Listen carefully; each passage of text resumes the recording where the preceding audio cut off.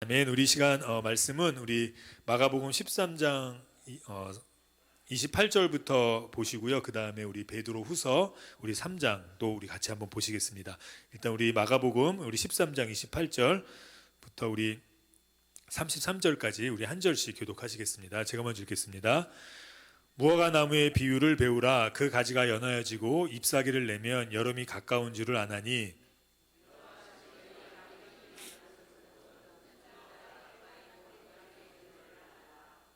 내가 진실로 너희에게 말하노니 이 세대가 지나가기 전에 이 일을 다 이루리라.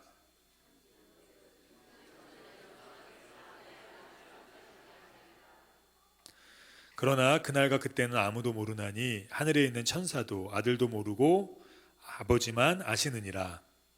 주의하라, 깨어 있으라. 그때가 언제인지 알지 못함이니라. 아멘. 우리 베드로후서 3장 우리 10절부터 우리 14절까지도 한 절씩 교독하시겠습니다. 그러나 주의 날이 도적같이 오리니 그 날에는 하늘이 큰 소리로 떠나가고 체질이 뜨거운 불에 풀어지고 땅과 그 중에 있는 모든 일이 드러나리로다.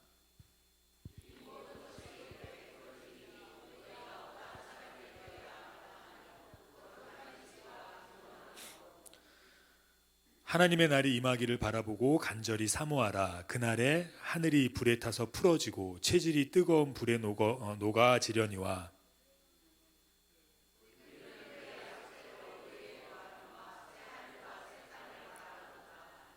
같이 읽겠습니다.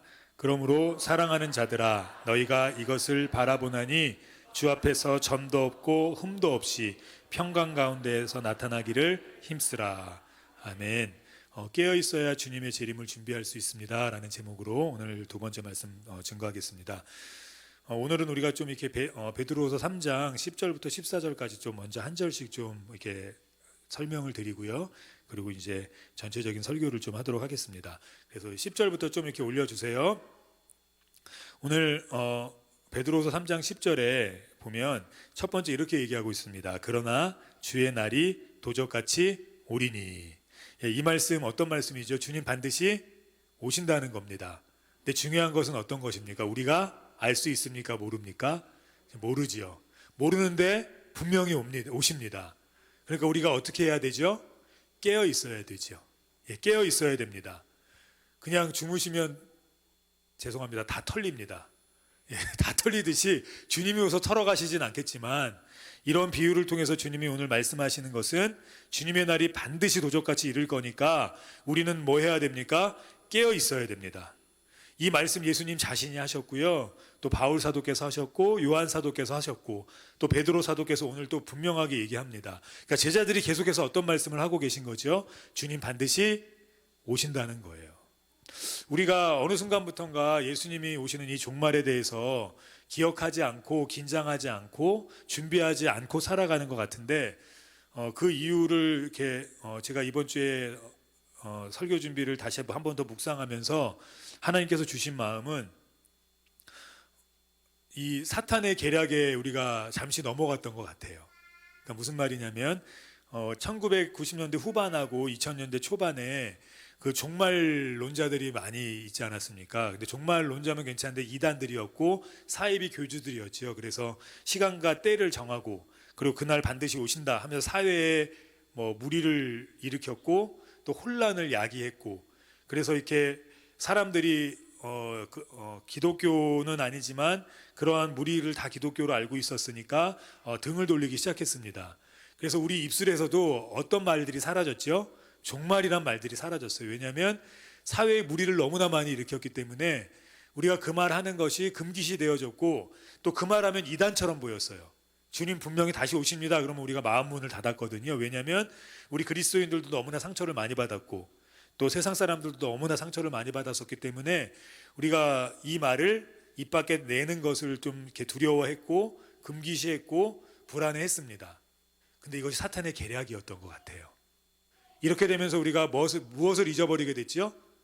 주님이 다시 오신다는 약속을 잃어버리게 됐어요. 근데 오늘 수많은 하나님의 백성들 또한 제자들을 통해서 또한 예수님 당신께서도 분명하게 말씀하셨습니다. 깨어 있어라. 내가 반드시 온다. 그래서 우리가 해야 될 일은 무엇이라고 말씀드렸습니까? 요일과 시간은 우리의 관심사가 아니에요. 하나님이 우리에게 주신 관심사는 무엇이죠? 깨어 있어야 되는 겁니다. 깨어 있어야 되는 거예요. 왜냐하면 그날이 도적같이 오니까요. 그날에는 어떤 일들이 벌어지는지를 하나님께서 오늘 말씀을 통해서 설명하십니다. 하늘에 큰 소리가 떠나가고라고 얘기하고 있습니다. 여기서 이 소리는 어떤 의미냐면요, 바람이 이렇게 태풍이 너무 크게 불어갖고 여기 막 창문이 막 흔들리다가 막 깨지는 그런 큰 소리 있지 않습니까? 그럼 우리가 어떻게 되죠? 너무 두렵지 않습니까? 굉장히 두려운 마음으로, 두려운 그런 진짜 사실로 주님께서 오신다는 거예요. 너무나 두렵다는 겁니다. 그러니까 주변에서 이렇게 전 폭탄 소리를 못 듣긴 했는데 폭탄이 터지면 얼마나 두려울까요? 근데 그것보다 더 큰 소리로 주님이 이 땅에 오시는데, 그렇게 오실 때 체질이 뜨거운 불에 풀어지고라고 얘기하고 있습니다. 여기서 체질은 어떤 의미냐면요, 지구를 구성하고 있는 기본 요소를 얘기합니다. 불과 흙과 공기예요. 그러니까 우리식으로 얘기하면, 지금으로 얘기하면 우리의 의식주, 이 모든 것들을 주님이 다 태우십니다. 우리가 살아갈 수 없어요. 지금부터 하나님께서 그렇게 증거들을 보여주시고 있지 않습니까? 먹을 게 점점 없어지고, 살아가기 힘겨워지고, 뭘 먹어야 될지 고민하고 걱정하고, 뭐 얼마 지나지 않아서는 이제 고기들도 다, 육고기들도 다 사라진다고 하더라고요. 그래서 단백질 보충을 위해서 우리가 뭘 준비해야 된다고 얘기합니까? 곤충을 먹어야 된다고 얘기하는데, 가장 곤충의 단백질이 많은 것 중에 하나가 바퀴벌레라고 합니다. 이따만한 바퀴벌레, 그걸 먹을 날이 얼마 남지 않았다고들 하기도 하는데, 결국 먹을 것이 다 사라진다는 의미 아닙니까? 입을 것도 사라지고, 마실 물도 사라지고, 환경이 무너지고, 환경이 우리를 지켜주는 하나의 하나님이 주신 요소인데, 이 모든 것들이 다 사라지고 마지막엔 다 불타 없어진대요. 하나님이 다 불타 없애뜨리시겠대요. 그것이 체질이 뜨거운 물에 풀어지고라는 의미입니다. 그렇게 될 때 어떻게 된다고 얘기합니까? 땅과 그 중에 있는 모든 일들이 드러난다고 얘기해요. 하나님께서 어떤 것이냐면 인간이 이루어놓은 모든 것 다 무너뜨리신다는 거예요. 이 전쟁 한번 일어나니까 세상이 어떻게 됩니까? 다 무너지잖아요. 그렇게 애써 쌓아놨던 거 우크라이나도 보면 다 무너져요. 그래서 그거 다시 기반 시설을 세우는데 오랜 시간이 걸릴 것이고, 천문학적인 숫자의 돈들도 필요되어질 것이고, 그렇게 얘기합니다. 근데 주님 오실 때 이 모든 것 다 없어뜨리신대요. 그래서 11절에 이렇게 얘기합니다.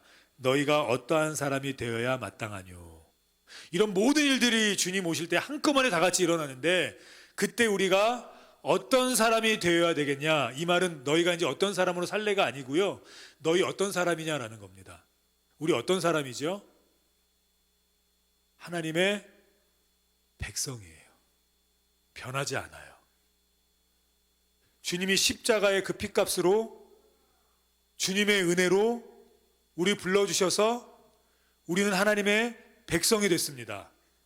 그리스도의 피가 우리의 피 가운데 흘러요. 변하지 않아요. 우리가 너 족보에서 팔 거야 그렇다고 해도 그 피는 변하지 않듯이, 우리가 하나님의 백성인 건 변하지 않습니다. 우리가 하나님의 자녀인 건 변하지 않습니다. 우리가 그리스도인인 건 변하지 않습니다. 그거 기억하라는 거예요. 이 땅에 그러한 종말이 온다 할지라도 우리가 두려워하지 않을 수 있는 이유는, 내가 누구의 백성입니까? 하나님의 백성이에요. 내가 잘나서 그렇게 된 건 아니고요, 내가 무엇을 해서 그렇게 된 것 아니라 주님의 은혜로 십자가로 우리를 선택해 주셔서 우리는 하나님의 백성을 믿습니다.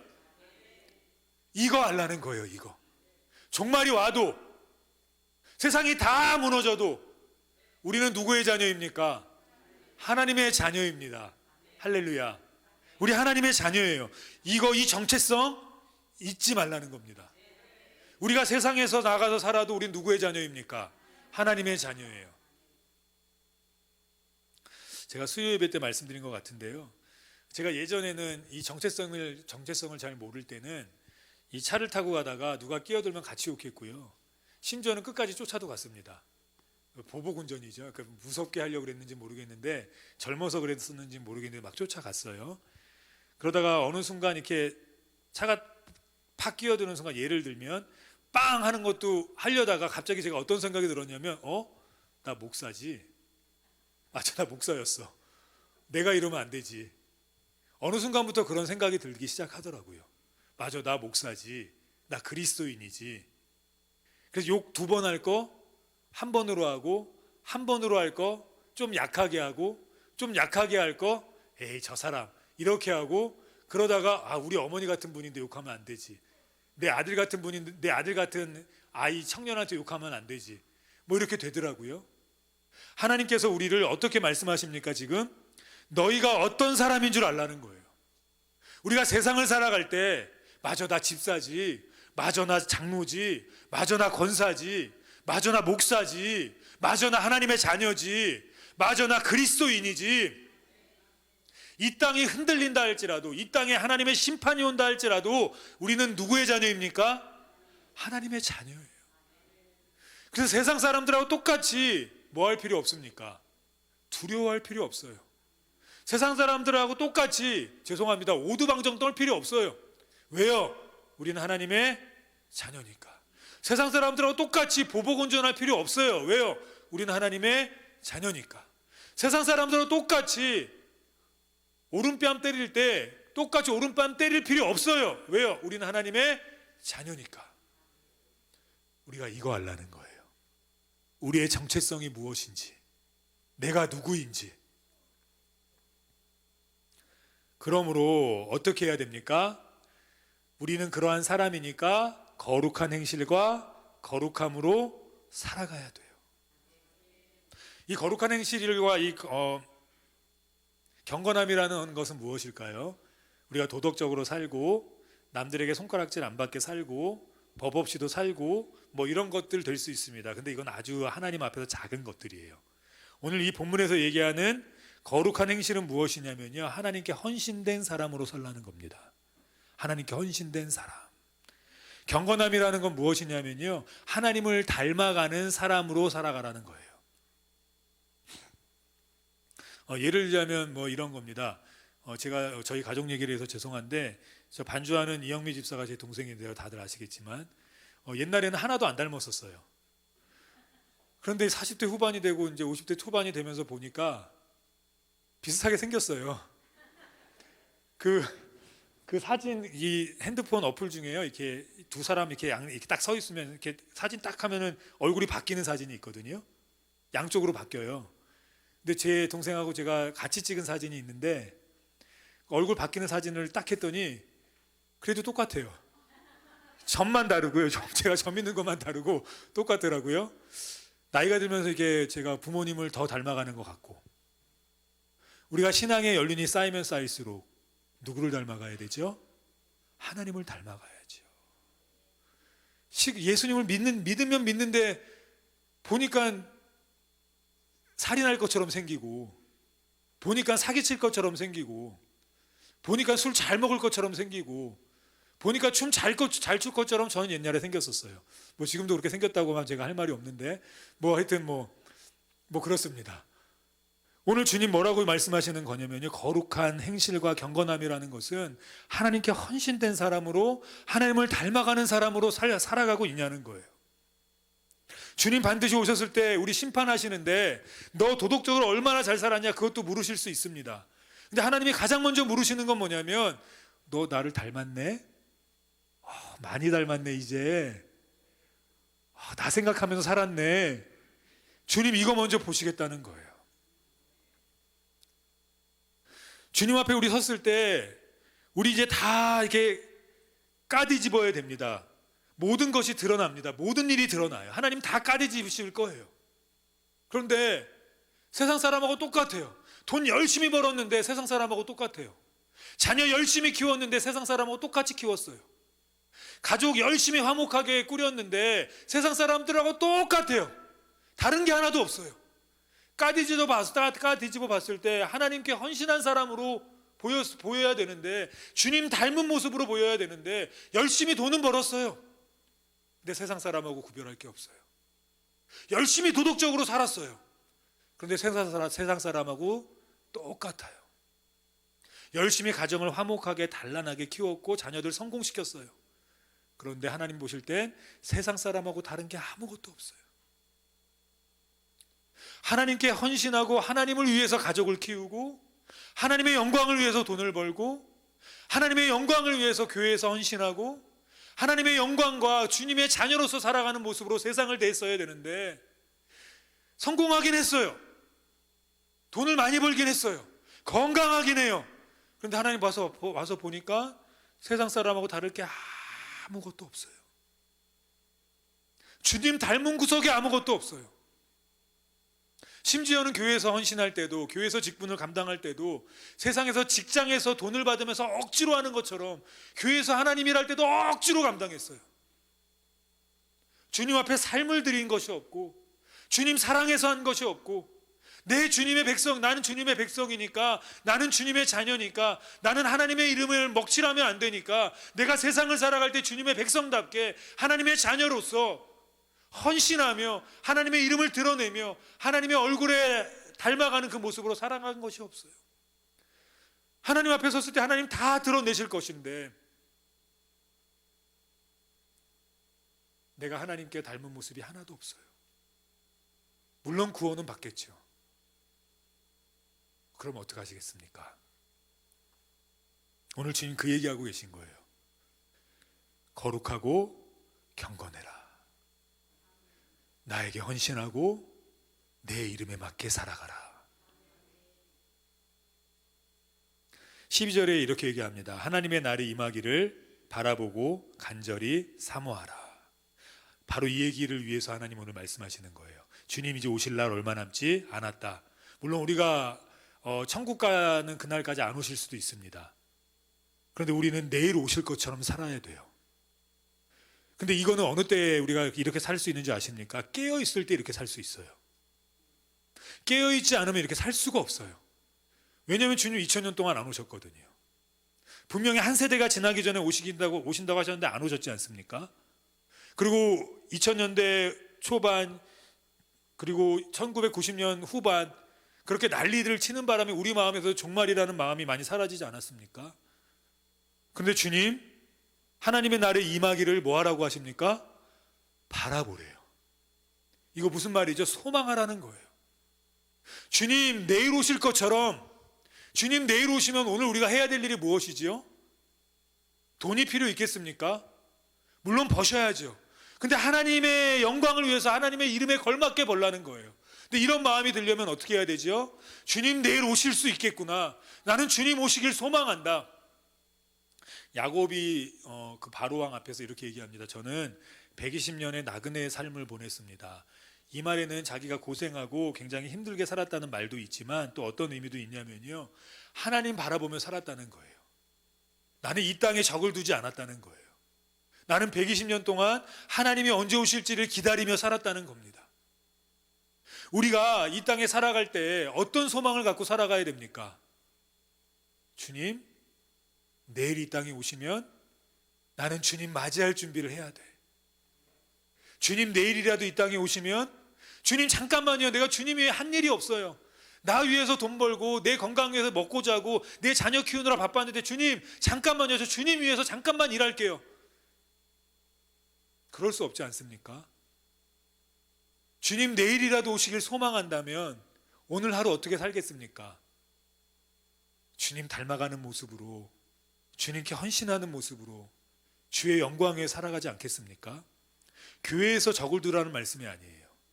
집사의 직분이 더 중요하냐, 직장에서의 과장의 직분이 더 중요하냐, 이런 차이를 얘기하는 게 아닙니다. 저는 평일에는 새벽 예배 빼놓고는 새벽 예배 기도 열심히 하시고 교회 안 오셨으면 좋겠어요. 직장에서 열심히 삶을 사시고 가정에서 열심히 섬기셨으면 좋겠어요. 저는 목사니까 교회에 있어야겠지만 우리 성도님들은, 그런데 어떤 마음으로 그렇게 우리가 살아가야 됩니까? 주님 내일 오실 걸 소망하며 가정을 섬기고 직장을 섬기고 사업체를 섬기고 세상을 섬겨야 되지 않겠습니까? 주님이 날이 임하기를 간절히 바라보고 간절히 사모하래요. 여기서 사모하라는 말은 약간 이렇게 번역이 잘못됐는데요, 제가 좀 이따가 말씀드리겠습니다. 그러면 13절에 우리가 어떻게 되겠답니까? 우리는 그의 약속대로 의에 거하는 바 새 하늘과 새 땅을 바라보도다. 우리 착각하는 게 있습니다. 내가 준비를 다 했을 때 주님 오시면 좋겠다. 내가 준비돼서 주님이 구원하셨습니까? 하나님이 약속하셨고 우리가 태어나기 전에 하나님의 의로 우리가 구원받았어요. 그 의가 뭐죠? 십자가예요. 십자가의 공로예요. 우리가 그것밖에 자랑할 것이 없어요.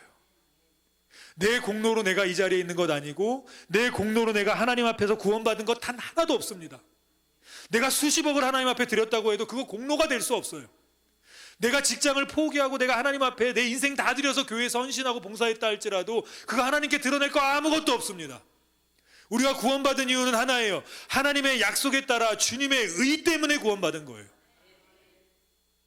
그래서 우리가 조금 못나도 괜찮아요. 그래서 우리가 조금 실패해도 괜찮아요. 그래서 우리가 조금 주님 떠났다가 돌아와도 괜찮아요. 왜요? 내 행위에 의해서 내가 드린 돈에 의해서 구원받은 것 아니라 주님의 약속에 의해서 십자가의 의로 우리는 구원받았어요. 그래서 우리에겐 심판이 무섭지 않습니다. 이 새하늘과 새 땅이라는 단어가 어디서 나오냐면요, 노아 심판 이후에 주님이 다시 노아와 약속하시지 않습니까? 내가 너로 번성하게 하고 창대케 하고, 그때 하나님께서 이 단어들과 연관되는 어떤 단어들을 쓰시거든요. 이 단어에는 두 가지 의미가 있습니다. 예수님을 믿지 않는 사람에게는 이 새하늘과 새 땅이 심판이에요. 죽음이에요. 형벌이에요. 그런데 하나님의 약속으로 십자가의 의로 거듭난 우리에게는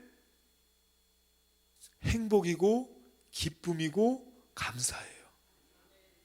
그런데 그 핵심이 무엇입니까? 내가 잘했으면 행복하고 내가 못했으면 불행한 게 아니라고요. 내가 헌금 많이 드렸으면 하나님 앞에 좀 고개를 뻣뻣이 들고, 내가 헌금을 거의 못 드렸으면 하나님 앞에 죄송합니다 고개를 숙이는 게 아니라고요. 내가 교회를 세우는데 벽돌 하나라도 쌌으면 하나님 앞에 고개를 뻣뻣이 들고, 내가 교회에 어떤 헌신을 못했으면 고개를 숙이는 게 아니라고요. 그 새하늘과 새 땅은 하나님이 우리를 선택하셨고 우리를 십자가의 그 의로 구원하셨기에 우리 모두에게 새하늘과 새 땅입니다. 그래서 은혜예요. 그래서 감사해요. 그래서 우리는 하나님의 오심을 두려워하는 것이 아니라 소망할 수 있어요. 주님 오심을 소망해야 됩니다. 그러고 나서 14절에 이렇게 말씀하시네요. 우리 같이 한번 14절을 읽어보시겠습니다. 이것을 바라보나니 그 앞에서 점도 없고 흠도 없이 평강 가운데서 나타나기를 힘쓰라. 그러니까 우리가 이제 어떻게 살아야 되죠? 점도 없고 흠도 없이. 이거를 이렇게 생각하실 수 있습니다. 법 없이도 살고, 도덕적으로 완벽하게 살고, 완전하게 살고, 봉사하며 살고, 뭐 자선단체에 우리가 기부하며 살고, 뭐 이런 의미도 될 수 있습니다. 근데 이것은요, 그냥 죄송합니다, 세 발의 피 정도 되는 거예요. 우리가 정말 흠이 없을 수 있습니까? 우리 성도님들은 그럴 수 있으시지만 저는 없습니다. 점 없으실 수 있습니다. 저는 얼굴에 더 큰 점이 있어갖고요. 사실은 저는 스님이 됐으면 좋았을 거래요. 이 점 때문에. 조금만 더 이쪽으로 왔으면 자살점인데 뭐 그런 얘기도 하더라고요. 그래서 점 빼라고 그러면 복 받을 거라고. 싫습니다. 주님이 주신 점인데 왜 뺍니까? 부모님이 주신 건데. 뭐 하여튼 뭐 그런 얘기를 뭐 하기도 하는데, 저는 점도 많고요, 흠도 많아요. 근데 오늘 성경은 뭐라고 얘기합니까? 점도 없고, 또 제 점을 보실지 모르겠는데 흠도 없으래요. 근데 제가 생각할 땐 이렇게 우리가 살 수가 없어요. 그래서 우리가 이 말씀은 이제 제가 아까 말씀드렸던 간절히 사모하라는 말씀으로부터 시작해서 좀 우리가 봐야 하는데요. 일단 우리 점도 없고 흠도 없는 이 시작이 어딘지를 좀 보시겠습니다. 우리 민수기를 좀 보시면 민수기 몇 장이었죠? 제가 민수기 19장 2절인 것 같습니다. 민수기 19장 우리 2절 말씀을 잠시 우리 한번 보시겠습니다. 같이 19장 2절 같이 한번 읽어보시겠습니다. 여호와의 명하는 법에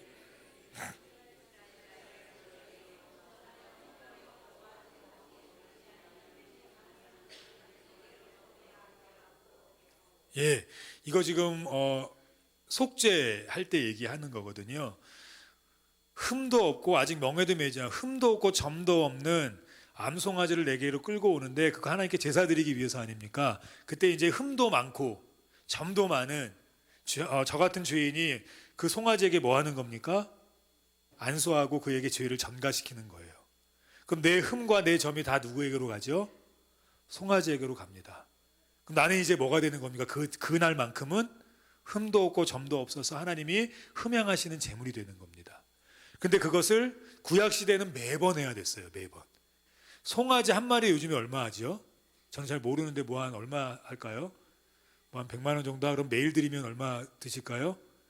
한 일주일에 700만 원. 와. 그러면은 내주면 얼마예요?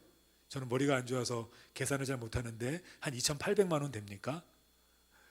2,800만 원 매주마다 교회 내셔야 됩니다. 그럼 저희 교회 남아 계신 분이 많겠네요. 돈이 많으시니까. 저는 도망갈 것 같은데 뭐 하여튼 그렇습니다. 매일 드려야도 우리가 이 흠과 점을 없앨 수가 없어요. 그런데 이 주님께서 이렇게 해서라도 흠과 점이 없어야 된다고 말씀하시면서요, 빌립보서 2장에 보면 그래서 우리는 이렇게 살아야 된다고 얘기합니다. 2장 15절 같이 읽어보시겠습니다.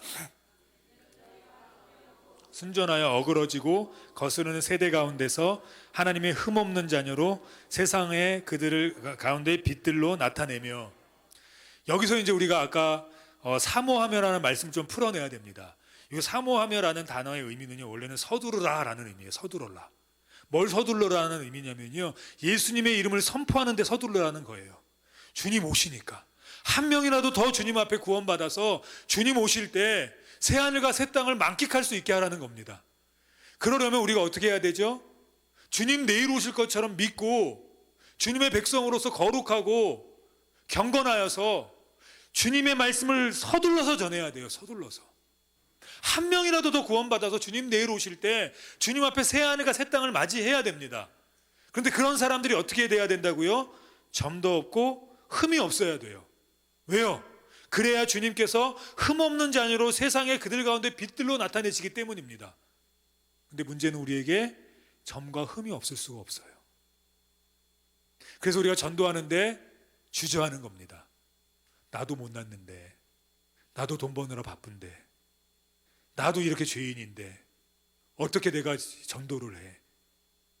손가락질이라도 한 번 하면, 어저께 싸운 사람이라도 오늘 만났는데 바로 만나서 전도 줄라 그러는데 이거 어떡하지? 욕했던 사람이네. 이럴 수 있지 않습니까?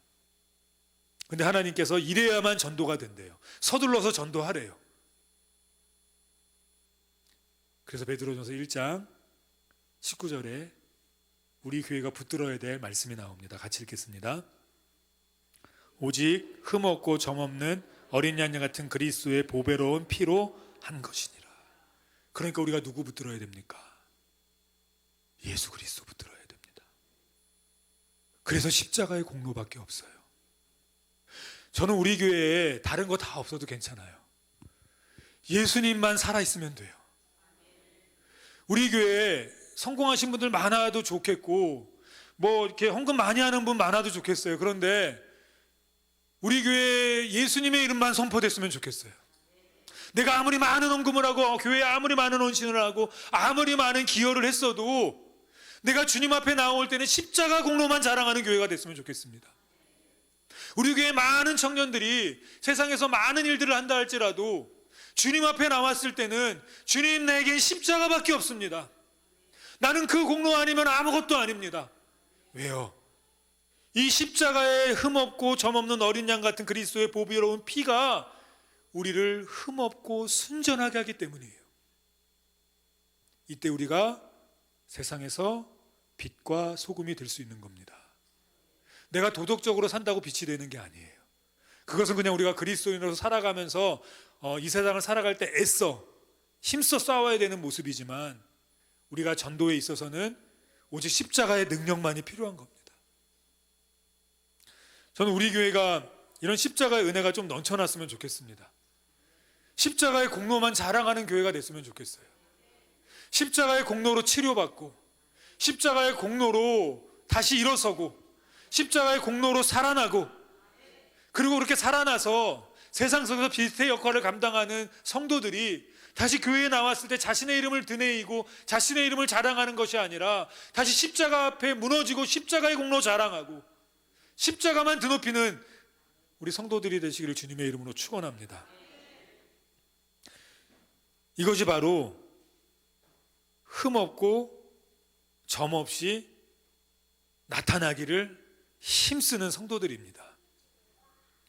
특별히 오늘 말씀 이제 조금만 전하고 말 건데요. 특별히 우리가 이렇게 되려면 뭐 해야 되죠? 깨어 있어야 돼요. 깨어 있으려면 첫 번째 뭐 해야 된다죠? 말씀에 붙어 있어야 됩니다. 그래야 그것이 깨어 있는 방법이에요.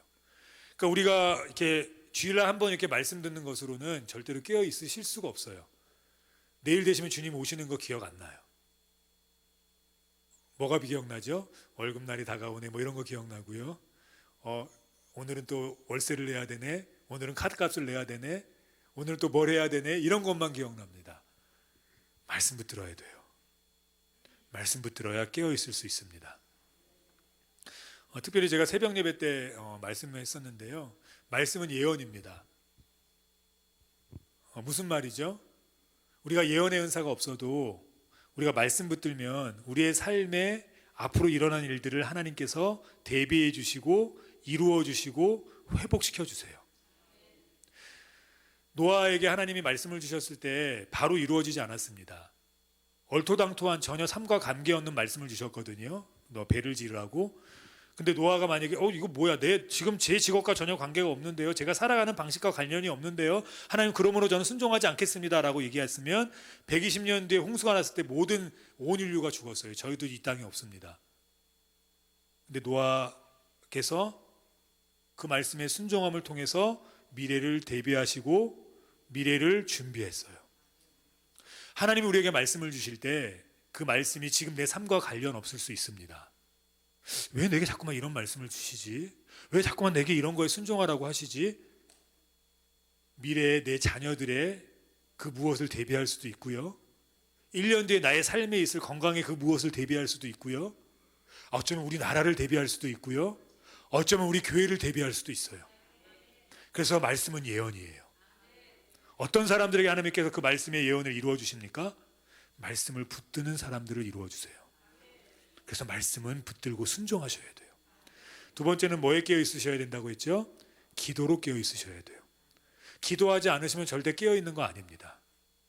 일주일에 한 번 기도하는 거는 깨어 있으실 수가 없어요. 그럼 주님 오심을 기대할 수가 없습니다. 최소한 일주일에 저희 새벽 예배가 4번이니까 4번 정도는 기도하셔야 돼요. 또 개인적으로도 기도하시고. 어떻게 일주일에 단 한 번도 기도하지 않으시면서 깨어있다고 얘기하실 수 있습니까? 기도하십시오. 하셔야 됩니다. 특별히 밤의 문화를 이기시고 새벽 예배 나오십시오. 그때가 기도할 수 있는 가장 최적의 시간인 것 같아요. 아멘이 없어지셨는데 그렇게 될 줄 믿습니다. 특별히 오늘 시간이 다 돼서 서론만 잠깐 말씀을 전할 건데요. 오늘 말씀 경건하고 거룩한 생활에 힘써야 됩니다. 여기서 경건과 거룩은 무엇이라고요? 주님께 헌신하는 삶을 살고 주님의 이름에 합당한 삶을 살고 주님의 이름에 주님을 닮는 삶을 살아야 됩니다. 그게 주님을 닮는 게 도덕적이라면 도덕적으로 사셔야겠고, 주님을 닮는 것이 싸우지 않는 것이라면 사람들과 싸우지 않으셔야겠고, 주님을 닮는 것이 거친 말을 내뱉는 것이 아니라면 거친 말을 내뱉지 않는 것이 되어야겠고, 이렇게 주님께 충성하고 주님께 헌신해야 된다는 겁니다. 교회에서의 헌신만을 얘기하는 게 아니에요. 직장에서 내가 주님의 이름 때문에 주님의 영광을 위해 살아간다면 그것이 거룩이고 그것이 경건입니다. 내가 주님의 이름 때문에 가정을 잘 건사하고 자녀들을 주님의 이름으로 키운다면 그것이 주님의 경건이고 주님을 위한 거룩이 되는 것입니다. 다른 사람 다 하니까 하는 거 말고요, 다른 사람 다 좋은 대학 보내니까 내 자녀도 좋은 대학 보내야 되는 거 말고요, 다른 사람 다 결혼시키니까 내 자녀 결혼시키는 거 말고요, 다른 사람 다 집 사니까 나 집 사는 거 말고요, 내겐 다른 이유가 있어야 돼요. 내 자녀가 다 대학을 들어가야 되는, 돈을 잘 벌어야 되니까, 인생을 돼야 되니까는 차후고요. 우리 그리스도인들에게는 내 자녀가 그렇게 돼야 되는 하나님의 영광이 있어야 돼요. 내가 집을 사야 되는 하나님의 영광이 있어야 돼요. 그래서 집을 정말 사고 싶으시면 하나님께 기도하십시오. 하나님, 내가 이 집을 사야 되는 하나님의 영광이 무엇입니까? 이유를 주십시오. 하나님, 내가 건강해야 되는 이유를 주십시오. 하나님, 제가 잘 돼야 되는 이유를 주십시오.